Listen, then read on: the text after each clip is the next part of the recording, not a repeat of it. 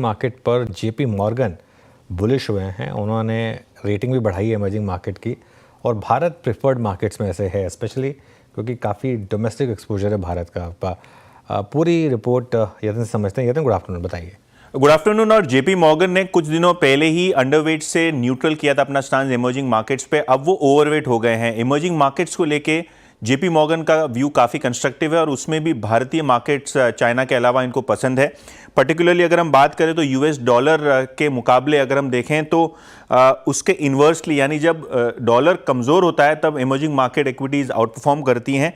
और इसके अलावा जो ट्रेड वॉर्स की अनसर्टनिटी हैं इमर्जिंग मार्केट्स के लिए, वो भी अब बादल छट रहे हैं। तो कहीं ना कहीं जेपी मॉर्गन को लगता है कि रिस्क से ज़्यादा रिवॉर्ड बेहतर है और इसीलिए वो ये जो ब्याज दरों की गिरावट वाला मामला है, चाहे वो आरबीआई की तरफ से हो चाहे वो फेडरल रिजर्व की तरफ से हो, ये शायद भारतीय बाजारों को पॉजिटिवली इंपैक्ट करेगा। इनफैक्ट जेपी मॉर्गन का भारत पे व्यू ऐसा है कि टैरिफ वॉर में सबसे सेफ जो कंट्री है वो है इंडिया, और कहीं ना कहीं ये जो ट्रेड वॉर 2.0 है उसमें शायद भारत को प्रेफरेंस मिले ट्रेड डील करने के लिए बहुत सारे नेशंस के साथ, इंक्लूडिंग यूएस। इसके अलावा रेट कट, रूरल डिमांड और जो टैक्स कट पिछले साल हुआ है उसका फायदा इस वित्त वर्ष में और इस कैलेंडर ईयर में आपको देखने को मिलेगा। और इनकी जो कवरेज बास्केट है उसमें सबसे ज़्यादा ग्रोथ भारतीय बाजारों में देखने को मिलेगी।